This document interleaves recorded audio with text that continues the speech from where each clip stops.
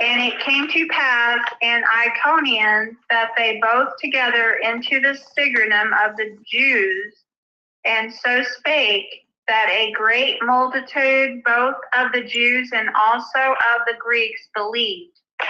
But the unbelieving Jews stirred up the Gentiles and made their minds evil affected against the brethren.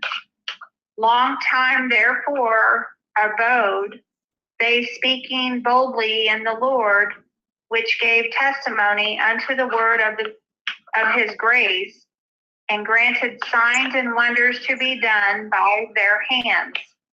But the multitude of the city was divided, and part held with the Jews and part with the apostles.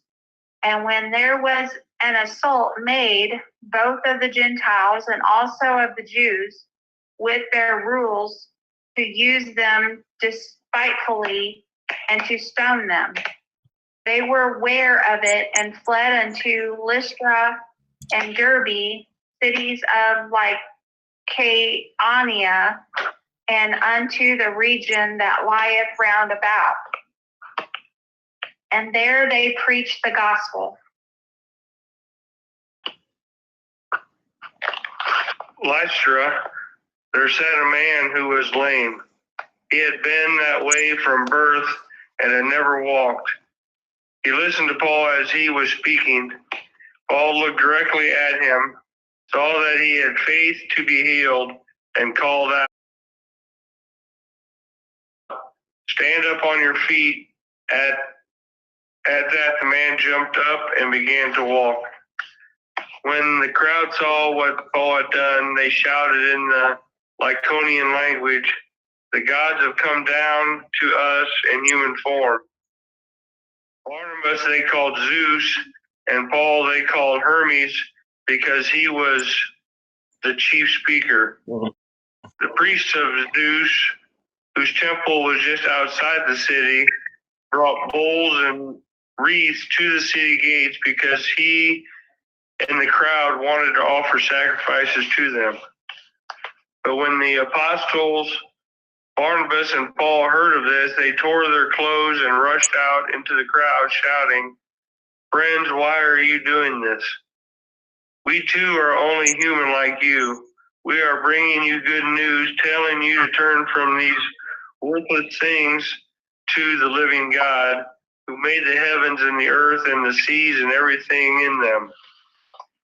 In the past, he let all nations go their own way, yet he has not left himself without testimony.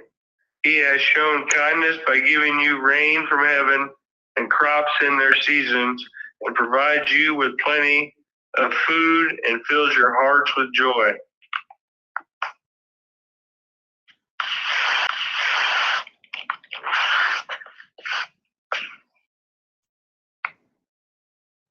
But even with these words, Paul and Barnabas could scarcely restrain the people from sacrificing to them. Then some Jews arrived from Antioch and Iconium and won the crowds to their side. They stoned Paul and dragged him out of town, thinking he was dead.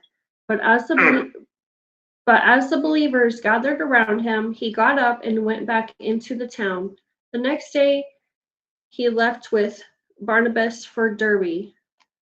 After preaching the good news in Derbe and making many disciples, Paul and Barnabas returned to Lystra, Iconium, and Antioch of Pisidia, where they strengthened the believers. They encouraged them to continue in the faith, reminding them that we must suffer many hardships to enter the kingdom of God.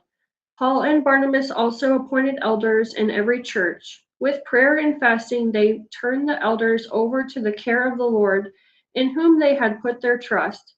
Then they traveled back through Pisidia to Pamphylia. They preached the word in Perga, then went down to Attalia. Finally, they returned by ship to Antioch of Syria, where their journey had begun. The believers there had entrusted them to the grace of God to do the work they had now completed.